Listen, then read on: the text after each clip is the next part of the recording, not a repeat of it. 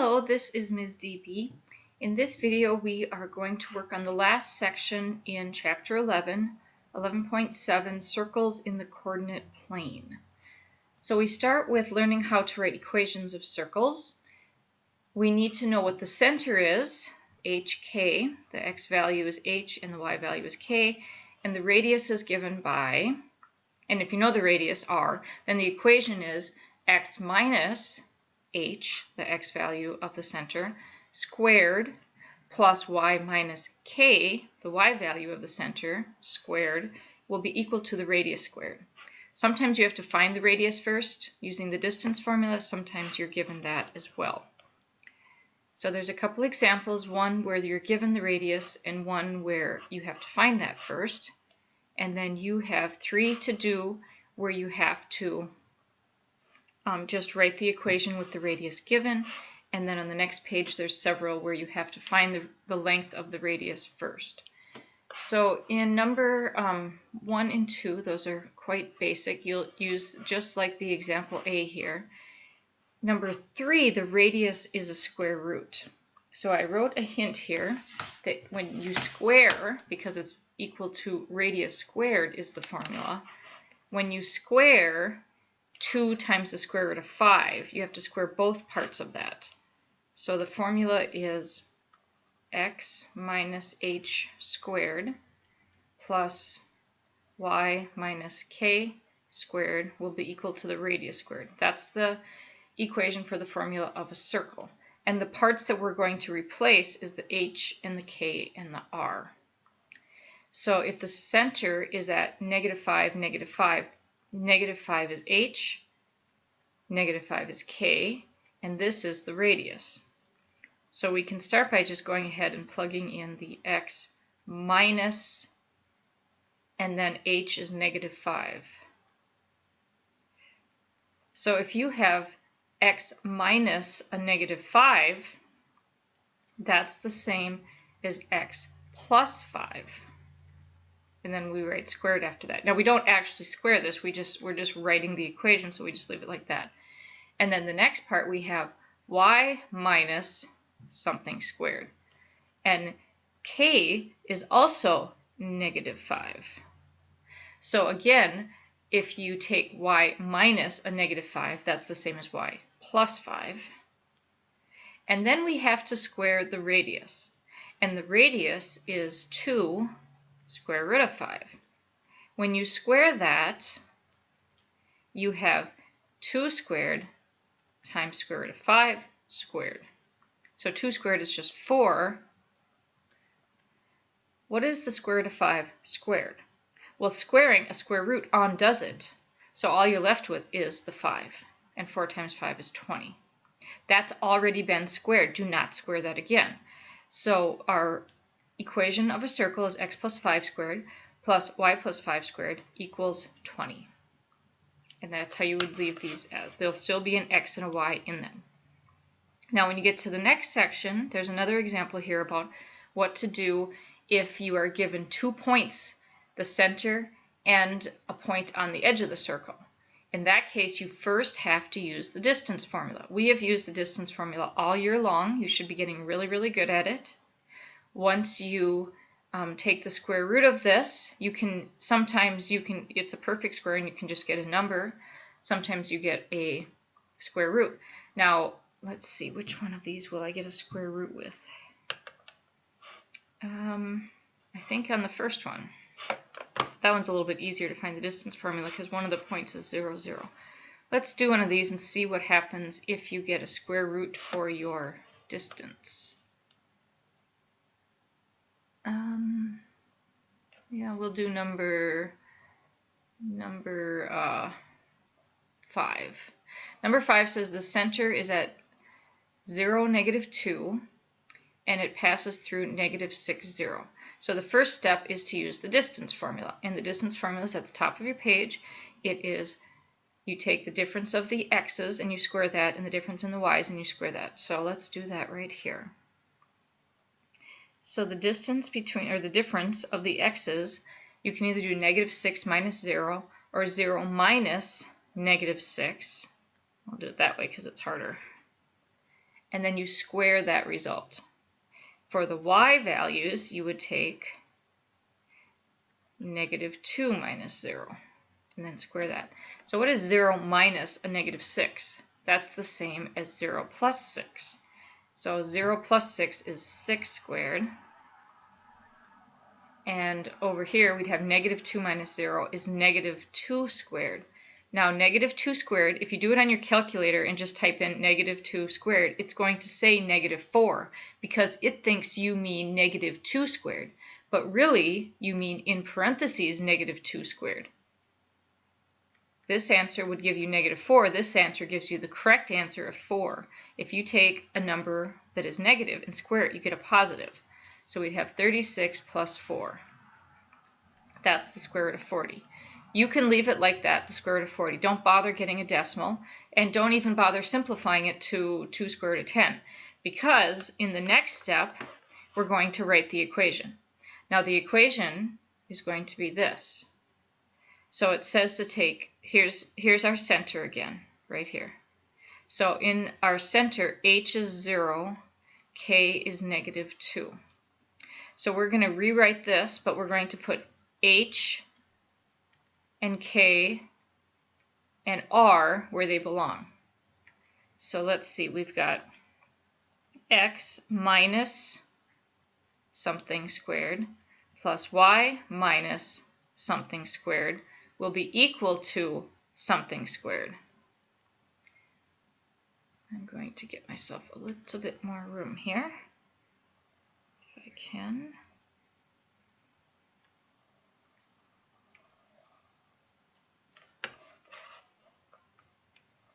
Move this over a bit. All right, so we have to put in h, and then we have to put in k, and we have to put in r. So h we know is 0, k we know is -2, and r is the square root of 40. Now we're not quite done, we need to simplify this. So x minus 0 squared you can just write as x squared. You can leave it as x minus 0 squared if you want, but that's the same as x squared. Y minus a -2 squared is y plus 2 squared. You wouldn't leave that as minus a negative. And what is the square root of 40 squared? If you square a square root, you just get the number. So this would simplify to x squared plus y plus 2 quantity squared equals 40. And that's how you'd leave this answer. Now, if you had taken the square root of 40 and gotten a decimal, you wouldn't get the exact right answer after you squared it if you rounded it. If you take the square root of 40, that's 6.32, all of these numbers, see? If you rounded that to 6.3, and then you squared that, you would get the answer for the radius squared is 39.69, and that's not exactly right. So don't get the decimal version and square it. If you know you're going to square the square root in the next step, just leave it as the square root of 40 and then square it to get 40. All right, then moving on, you've got a couple more of those to do. The next section is on graphing a circle. So now that you know its equation, you can put the center in, then count out for the radius, count out in at least 4 spots so that you can have a good approximation of where your circle would be, and that's about it. Draw the circle. Now in Word, if you're printing these worksheets and doing it by hand, then make the best circle you can. If you are doing this in Word, there is an insert drawing tool, so I'll show you that in a minute. Number 9, let's do that one. The center, it says the equation is x plus 2, y minus 1, x plus 2 squared plus y minus 1 squared equals 4. But remember that the equation of a circle is x minus h squared plus y minus k squared equals r squared. So you first have to unpack this and say, what is the center? Well, it's not plus 2 for the x value. It would be minus 2 because it's supposed to be x minus h and it's x plus. So it must have been x minus -2. For the y value of the center, the k, we can just say, oh, it's right there. It's 1 because it's already y minus. So we know the center is at -2, 1. Just take the opposite of these two numbers. And the radius is the square root of this. What's the square root of 4? It's 2. Okay, so now we know everything we need to know. Put the point -2, 1 on here. Here's -2. Here's 1. All right, that's easy enough. Now we're going to find the radius. It's 2. So from the center, count out 2 units in at least 4 directions. So there's 1, 2, 1, 2, 1, 2, 1, 2. So if you're drawing by hand, you just have to try to make your circle look like a circle that goes through those points. If you are drawing, where's my undo button? If you are drawing with Word, if you're typing in this worksheet, you can make those points. Let's see, insert shapes. Here, I'll show you what I'm doing because it's not in the video. Then you would go to insert.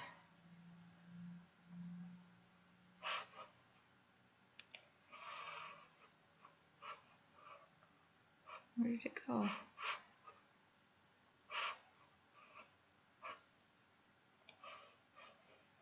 There it is, insert shapes, and then there's a circle tool under basic shapes. Okay.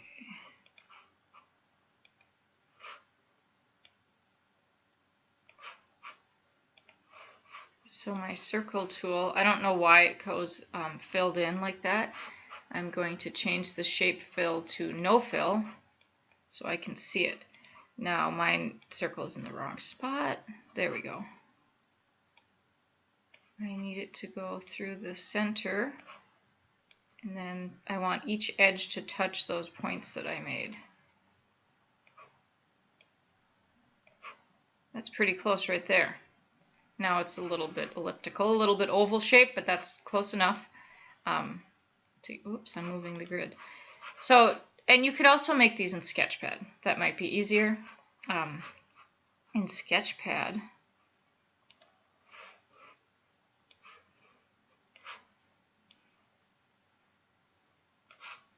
I'll show you the Sketchpad tools here. You can actually construct a circle by center and radius, or by center and point. So I need a grid system here, so I'll just make a square grid. And I'm going to plot a point. So let's see, my worksheet, the center was at -2, 1.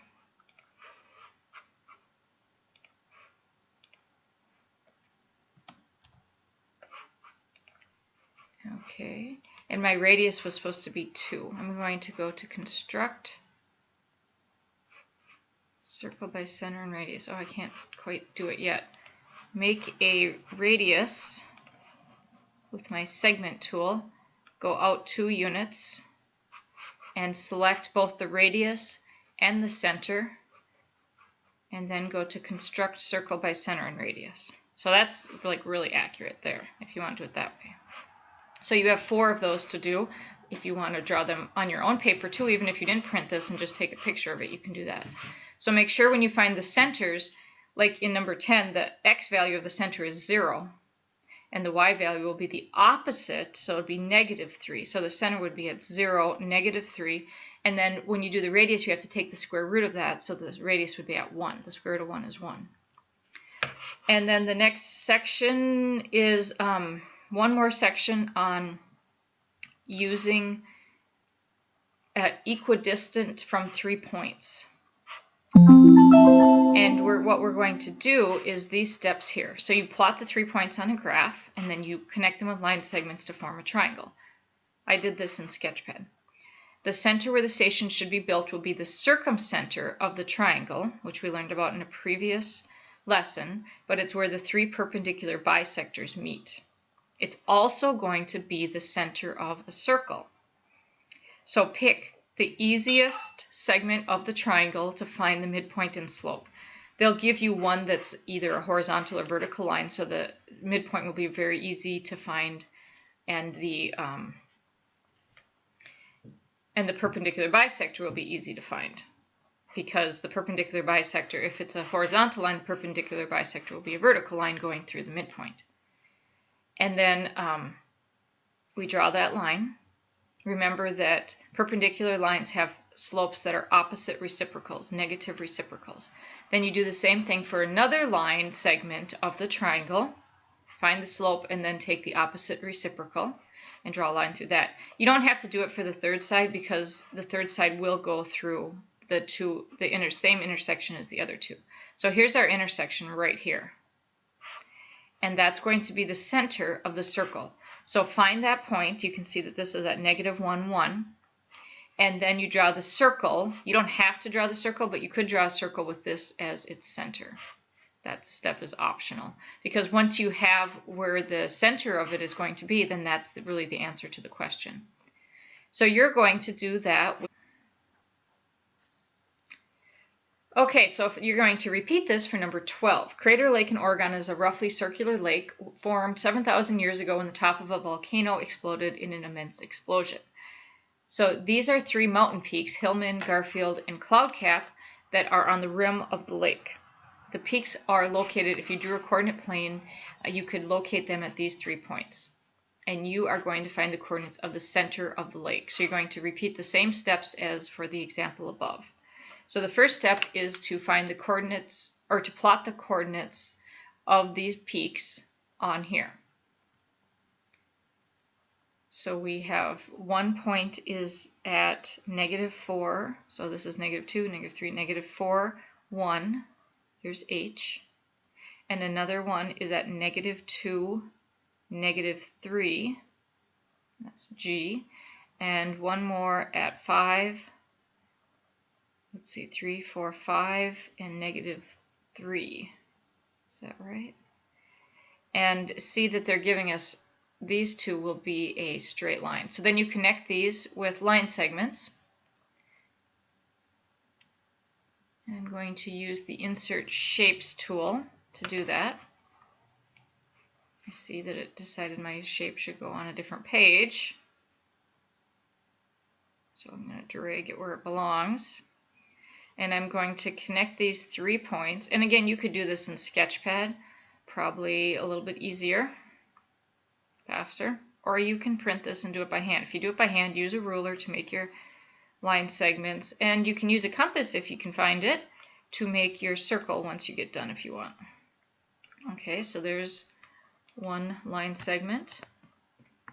I'm just going to copy and paste that, and then stretch it the way I want it to be to make the next segment.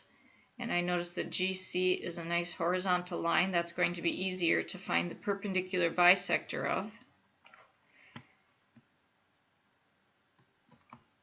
And one more segment to make my triangle from G up to H there. Alright, so I've got my triangle. Now I'm going to find the center of the triangle by continuing on with my steps.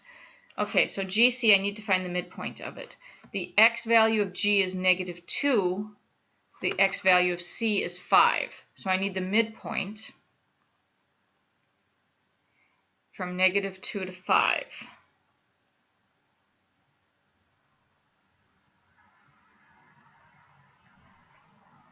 -2 plus 5, and then divide that by 2 to find the midpoint. So that would be 3/2 or 1.5. So the midpoint is at 1.5 right here. Now I need the perpendicular bisector of that. The slope of a horizontal line is 0. The negative reciprocal of that slope is undefined. And the midpoint we just found to be 1.5, and the y value stays at -3. And then I can draw that line going through there. Let's see, I'm just going to copy one of these lines so that I don't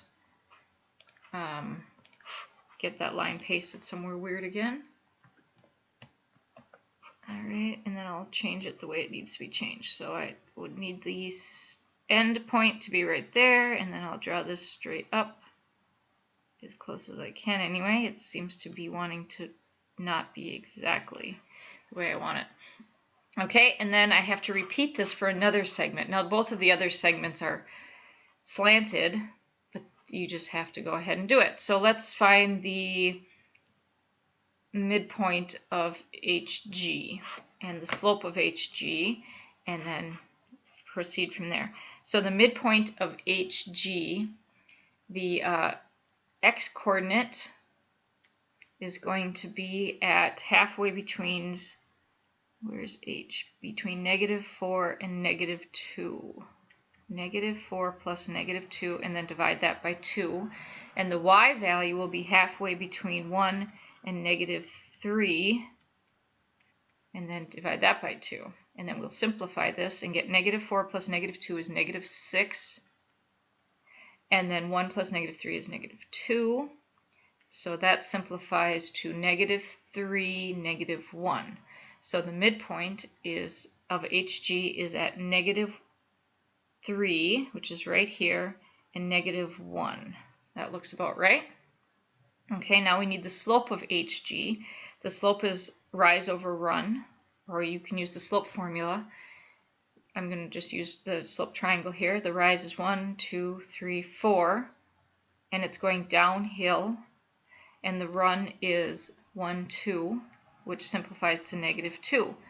What's the negative reciprocal of -2 over 1? It would be positive 1 over 2. So I need to make a slope. I need to draw a line that starts here and has a slope of 1 over 2.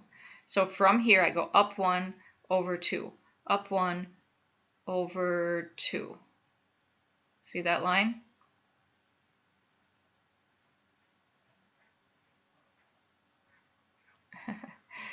So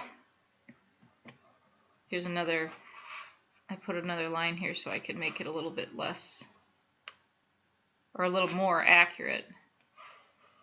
And I'm going to try to trace out my line there. This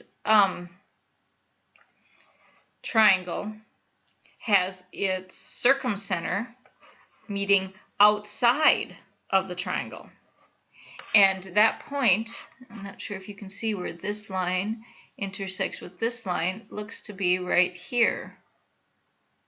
Which means that the circle, if I were to graph a circle, that would be the center of the circle. And these three would be equidistant, but they would all be on the edge of that circle.